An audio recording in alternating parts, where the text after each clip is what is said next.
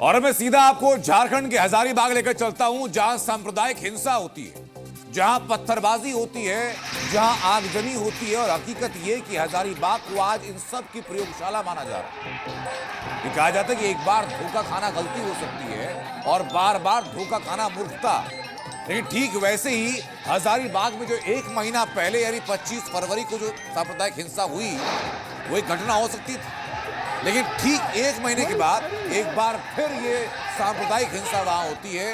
ये सरकार के ऊपर एक सवाल निशान खड़ा करती है। वहां के प्रशासन की नाकामी की जिंदा तस्वीर है और पुलिस की काबिलियत पर सवाल उठाती हुई ये तस्वीरें सामने आ चुकी हैं। हजारीबाग में 26 फरवरी को महाशिवरात्रि पर और फिर एक महीने बाद 25 मार्च को रामनवमी के पहले ये सांप्रदायिक हिंसा की तस्वीरें सामने आती हैं।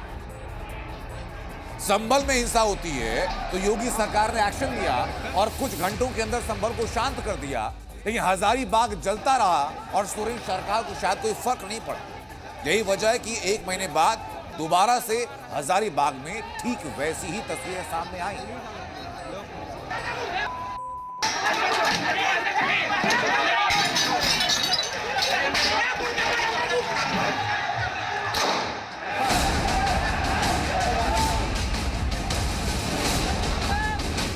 हजारीबाग एक महीने पहले तक पहचान झारखंड के दूसरे सबसे बड़े कोयला भंडार के तौर पर, लेकिन एक महीने के अंदर सब बदल गया। ये शहर दंगों के शहर के नाम से पहचान बना चुका है। पहले महाशिवरात्रि पर हजारीबाग में हिंसा हुई, अब एक महीने बाद रामनवमी से पहले हजारीबाग भर चला। लग रहा है मानो यहां कोई दंगों की प्रयोगशाला।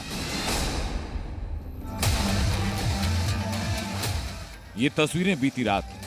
मंगलवार को मंगला यात्रा निकली, देखते ही देखते फसाद हुआ। आरोप ये कि दूसरे समुदाय के लोगों ने पत्थर बरसाए। एक तरफ पत्थर बरस रहे हैं तो दूसरी तरफ पुलिस सिर्फ डंडे भांजती रह गई। हालात इतने बिगड़ गए कि हवाई फायरिंग करनी पड़ी। और सच ये कि एक महीने में 2 बार हिंदुओं पर हजारीबाग में हमला हुआ। तो सवाल ये कि हजारीबाग प्रशासन इतना लाचार क्यों और अधिकारी हिंसा की घटनाओं को रोक क्यों नहीं पा रहे? ये घटना स्थल है, यहीं पे पथराव और तनावपूर्ण स्थिति हुई, फायरिंग वाली स्थिति हुई। सड़कों पे जो ये लाल सारे निशान दिख रहे हैं, ये पत्थर के ही निशान है देर रात के। हजारीबाग में हुई हिंसा कई सवाल खड़े करती है। सवाल ये कि जब यहाँ महाशिवरात्रि पर हिंसा हुई तो मंगला जुलूस के लिए सुरक्षा के इंतजाम क्यों नहीं? सवाल ये कि जब यात्रा संवेदनशील इलाके से गुजर रही थी तो हिंसा को टालने की तैयारी क्यों नहीं? एक बार फिर से हिंदुओं के धार्मिक जुलूस पर एक विशेष वर्ग के द्वारा पथराव किया गया। अंदेशा पहले से जताया जा रहा था, पुलिस को मालूम था, लेकिन पुलिस ने बंदोबस्त प्रॉपर नहीं किया।